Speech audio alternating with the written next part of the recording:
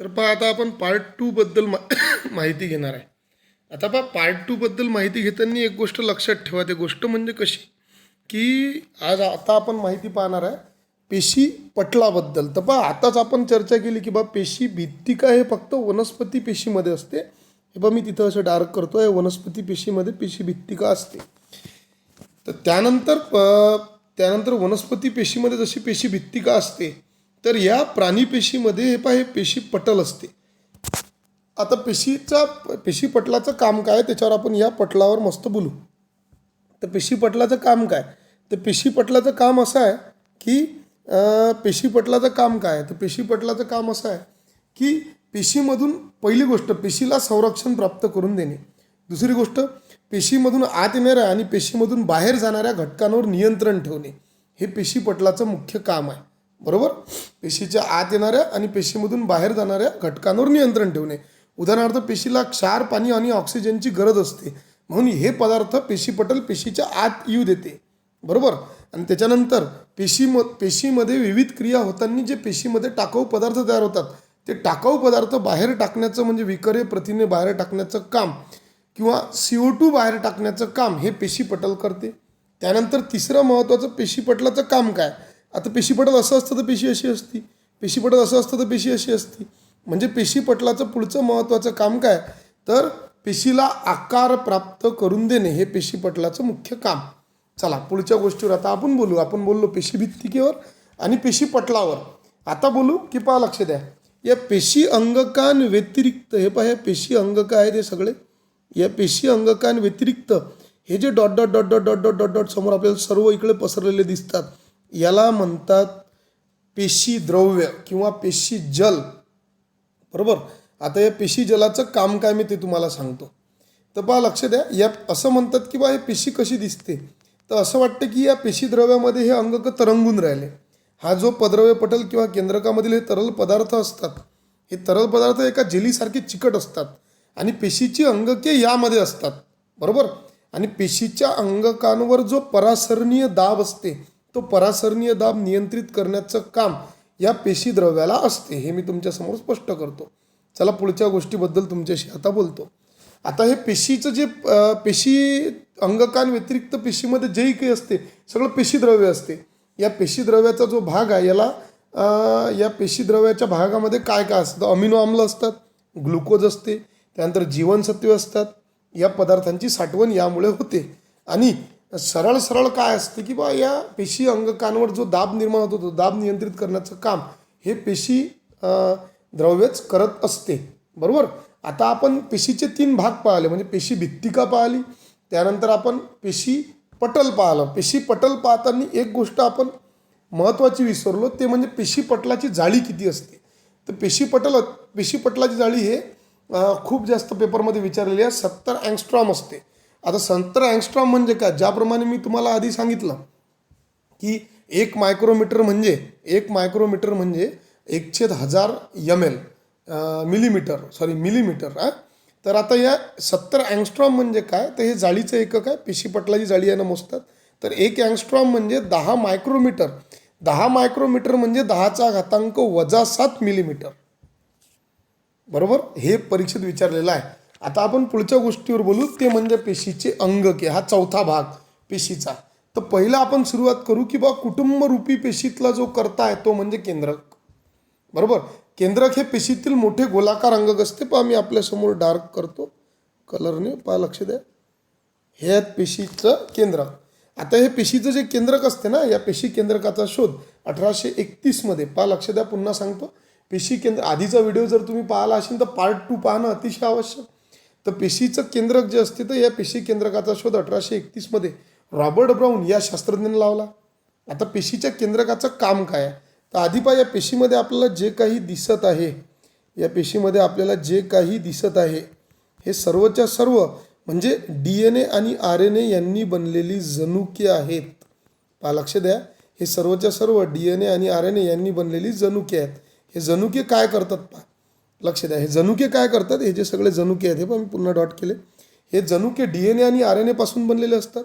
DNA हे प्राणी पेशीत असते, RNA हे वनस्पती पेशीत असते. म्हणजे वनस्पती पेशीमध्ये DNA RNA दोन्ही असते आणि प्राणी पेशीमध्ये फक्त DNA असते. DNA means deoxyribonucleic acid आणि RNA म्हणजे डी ऑक्सी रायबोन्यूक्लिक ॲसिड. बरोबर. आता हे काय करतात तर हे अनुवांशिकता पुढील पिढीत संक्रमित करण्याचं काम करतात. म्हणूनच आपण थोडेफार आपल्या आईवडिलासारखे दिसतो. दुसरं केंद्रकाचं महत्त्वाचं काम मी तुम्हाला म्हटलं होतं की आधुनिक पेशी सिद्धांतामध्ये आर विर्शो यांनी 1885मध्ये असं म्हटलं की नवीन पेशी तयार होत नाहीत, आधीच्या पेशीच्या विभाजनातून नवीन पेशी तयार होतात. मग या पेशीचं विभाजन जर अनियंत्रित झालं तर कॅन्सरसारखे रोग उत्पन्न होऊ शकतात. मग या पेशीच्या विभाजनावर नियंत्रण ठेवण्याचं काम केंद्रक करते. बरोबर. हे अतिशय महत्त्वाची गोष्ट. बरोबर. आता आपण पुढच्या गोष्टीवर जाऊ. पेशीच्या चयापचय क्रियावर नियंत्रण ठेवणे हे केंद्रकाचं काम आहे. बरोबर. जर तुम्ही पेशीमधून केंद्रक काढून ठेवलं तर पेशी त्वरित मृत पावील. बरोबर. आणि अनुवंशिकता पुढील पिढीत संक्रमित करण्याचं काम केंद्रक करते. हे खूप वेळा परीक्षेत विचारतात. पुढच्या गोष्टीवर जाऊ आपण. हे पहा, या केंद्रकाला काहीतरी जोडलेलं आहे. पहा, हे असं असं असं जोडलेलं आहे. दिसलं का? पहा, आपल्याला दिसून राहिलं. याला आंतरद्रव्य जलिका म्हणतात. याला आंतरद्रव्य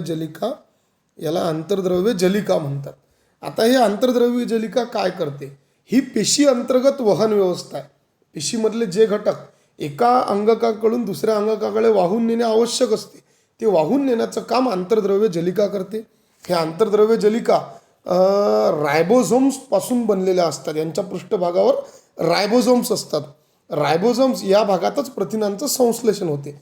आता ज्या आंतरद्रव्य जलिकांवर रायबोझोम्स असतात त्यांना खळबळीत म्हणतात आणि ज्या आंतरद्रव्य जलिकावर रायबोझोम नसतात त्यांना गुळगुळीत म्हणतात. हे महत्त्वाची गोष्ट. पुढच्या गोष्टीवर आपलं लक्ष केंद्रित करतो ते म्हणजे आंतरद्रव्य जलिकेचं काम काय. तर पेशीला आधार देणे हे महत्त्वाची गोष्ट, कारण ते पेशी पटलाला हे पण जुळलेलं असते. पुढची गोष्ट पेशीला आधार मिळवून देणे. पुढची महत्त्वाची गोष्ट की प्रथिने व मेदाचं संश्लेषण करून ते इकडून तिकडे वाहून नेणे. बरोबर. आणि रायबोझोम्सनी संश्लेषित केलेल्या प्रथिनांचे वहन करणे. हे कोणाचं काम आहे? हे सगळं आंतरद्रव्य जलिकेचं काम आहे. एक महत्त्वाचा प्रश्न यावर परीक्षेत विचारलेला आहे तो म्हणजे की पेशी अंतर्गत वहन व्यवस्था कोणती? तर त्याचं उत्तर अतिशय योग्य राहणार आंतरद्रव्य जलिका. पुढच्या गोष्टीवर बोलू आपण गॉल्गी संकुल. हे पण मी पुढच्या गोष्टीला एक सर्कल केला. याला म्हणतात गॉल्गी काय? पहा, लक्ष द्या. आता आपल्यासमोर हे आहे. हां, गॉल्गी काय? याला गोल्जी पिंड सुद्धा म्हणतात, याला गॉल्गी संकुल सुद्धा म्हणतात. आता गॉल्गी संकुल का बरं म्हणतात तर जर्मन शास्त्रज्ञ कॅमिनो गॉल्गी यांनी या अंगकाचा शोध लावला म्हणून त्याला गॉल्गी काय म्हणतात. हे जवळपास 5 ते 8 कप्प्यांनी बनलेली असते. यामध्ये 8 कप्पे आहेत, आपण मोजू शकता. पुढच्या गोष्टीवर आपण बोलू. बरोबर. आणि हे एक हवा निघून गेलेल्या अशा काहीतरी कोशासारखे दिसले, म्हणजे असं जे फुगा असते हवा निघून जाते, बलून असते, तसे हे दिसतात. बरोबर. आता याचं कार्य काय आहे? हे पेशी अंतर्गत स्त्रावी अंगक आहे. पेशीला ज्या ज्या स्त्रावांची आवश्यकता असते, जसं आपल्या शरीराला इन्सुलिन स्त्राव आवश्यक असते, पित्तरस आवश्यक असते, त्याप्रमाणे पेशीला सुद्धा असते. तर पेशी अंतर्गत हे स्त्राव निर्माण करण्याचं काम हे गॉल्गी संकुल करते. बरोबर. त्यानंतर येऊ आपण रिक्तिका. हे पहा, ह्या रिक्तिका आहेत. बरोबर. आता हे पहा, इथं वनस्पती पेशीमध्ये सुद्धा ह्या रिक्तिका आहेत. मग आता रिक्तिका काय करतात? पहा, यावर लक्ष केंद्रित करा. ह्या रिक्तिका काय करतात तर रिक्तिका म्हणजे पेशीची साठवणूक संस्था. यामध्ये सर्व घटक साठवून ठेवले जातात. कशामध्ये? रिक्तिकेमध्ये. स्थायी व द्रव पदार्थाची साठवणूक करणारे कोश म्हणजे रिक्तिका. बरोबर. याचं काम असते पेशीचा परासरणीय दाब नियंत्रित ठेवण्यासाठी रिक्तिका मदत करते. चयापचय क्रियामध्ये सुद्धा रिक्तिका मदत करते. बरोबर. हे पेशीची साठवणूक संस्था आहे. बरोबर. त्यानंतर पुढची महत्त्वाची गोष्ट की आता पेशीची पचन संस्था कोणती आहे की जे पेशीमधले सर्व घटक पचवून टाकते. तर पेशी अंतर्गत पचन संस्था म्हणजे लयकारिका. कारण पेशीमध्ये हे सर्व अंगके काम करत असताना मोठ्या प्रमाणावर टाकाऊ पदार्थ तयार होतात. हे टाकाऊ पदार्थ पचवून टाकण्याचं काम सुद्धा लयकारिकाच करते. हे महत्त्वाची गोष्ट. बरोबर. आता यालाच पेशी अंतर्गत विल्हेवाट करणारी संस्था सुद्धा म्हणतात. बरोबर. सर्व जीर्ण झालेली अंगके वगैरे पचवून टाकण्याचं काम लयकारिका करते आणि या लयकारिकेला त्यामुळेच आत्मघाती पिशव्या सुद्धा म्हणतात. हे महत्त्वाची गोष्ट. पुढच्या गोष्टीवर आपण लक्ष केंद्रित करू. तंतुकणिका. आता पेशीला हे सर्व काम करण्यासाठी ऊर्जेची निर्मिती करणे आवश्यक असते. त्या अंतर्गत ऊर्जा असणे आवश्यक असते. मग पेशी अंतर्गत ऊर्जा कशी निर्माण होतात, तर पेशी अंतर्गत ऊर्जा निर्माण करण्यासाठी तंतुकणिका हे पेशीचं एक महत्त्वाचं अंग आहे. या तंतुकणिकेमध्ये ATP हे ऊर्जा समृद्ध संयुग असते आणि हे ATP नावाचं ऊर्जा समृद्ध संयुग या कणिकेमध्ये मोठ्या प्रमाणात ऊर्जा साठवून ठेवते. या ATPचं लॉंग फॉर्म आहे ऑडिनोसिन ट्रायफॉस्फेट, बरोबर. हेच ऊर्जा समृद्ध संयुग बनवण्याचं काम लयकारिका करते आणि याच्यामार्फतच पेशीला ऊर्जा प्राप्त होते. ज्याप्रमाणे मानवाला श्वसन केल्यामुळे आणि पचन केल्यामुळे ऊर्जा प्राप्त होते, ते सर्व काम तंतुकणिका पेशीमध्ये करते. हे महत्त्वाची गोष्ट लक्षात ठेवणे आवश्यक. आता पुढची गोष्ट लवके. आता लवके काय, तर लवके हे केवळ वनस्पती पेशीत असतात. लवकांचे 2 प्रकार पडतात, वर्णलवके, अवर्णलवके. जर पांढरे आणि रंगहीन असले तर अवर्णलवके आणि जर रंगाचे असले तर वर्णलवके. तुम्हाला माहिती आहे वर्णलवका एका रंगातून दुसऱ्या रंगात ट्रान्सफर होतात. कसे होतात ते तुम्हाला माहिती आहे की कच्चे टोमॅटो हिरवे असतात आणि पिकलेले लाल असतात, बरोबर. आता या लवकांचं कार्य काय, लवकांचं कार्य खूप महत्त्वाचं आहे. सौर ऊर्जेचे शोषण करून रासायनिक ऊर्जेत रूपांतर करून ठेवतात आणि कोणत्याही गोष्टीत साठवून ठेवलेली ऊर्जा म्हणजे रासायनिक ऊर्जा असते. उदाहरणार्थ शेणातही रासायनिक ऊर्जा असते, इन्व्हर्टरमध्ये रासायनिक ऊर्जा असते, लाकडातही रासायनिक ऊर्जा असते. मग त्या ऊर्जेचं रूपांतर होत राहते. म्हणून सौर ऊर्जेचं शोषण करण्याचं काम लवकेच करतात. आणि वर्णलवके फुले आणि फळे यांना रंग प्राप्त करून देतात आणि पिष्टमय पदार्थ मेद प्रथिनांचं संश्लेषण करण्याचं कामसुद्धा लवकेच करतात, बरोबर. पुढच्या गोष्टीवर आपल्याशी बोलतो. ह्याप्रमाणे पूर्ण मी आपल्याला पेशीबद्दल माहिती सांगितली.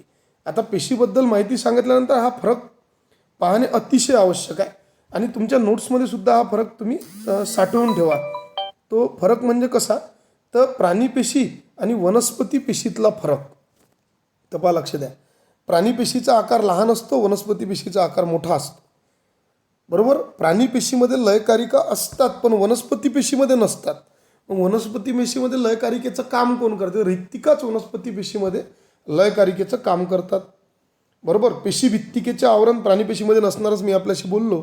वनस्पती पेशीमध्ये ते असतेच. रिक्तिका कमी लहान असतात, वनस्पती पेशीत मोठ्या जास्त असतात. हरित द्रव्ये प्राणीपेशीत नसतात, मी आपल्याशी आताच बोललो, आणि वनस्पती पेशीमध्ये असतात. हा व्हिडिओ अतिशय महत्त्वाचा. NCERT बेस हे विज्ञान आहे. मी प्रत्येक टॉपिक, आता उद्याचा टॉपिक असणार आहे सजीवांचं वर्गीकरण. त्यामध्ये पहिले वनस्पतीचं वर्गीकरण, मग प्राण्याचं वर्गीकरण. मी आपल्यासमोर हळूहळू सर्व टॉपिक मांडण्याचा प्रयत्न करतो आणि NCERT बेस विज्ञान क्लिअर करण्याचा आपल्यासमोर मी प्रयत्न करतो. आजचा टॉपिक आपण इथंच थांबू. धन्यवाद.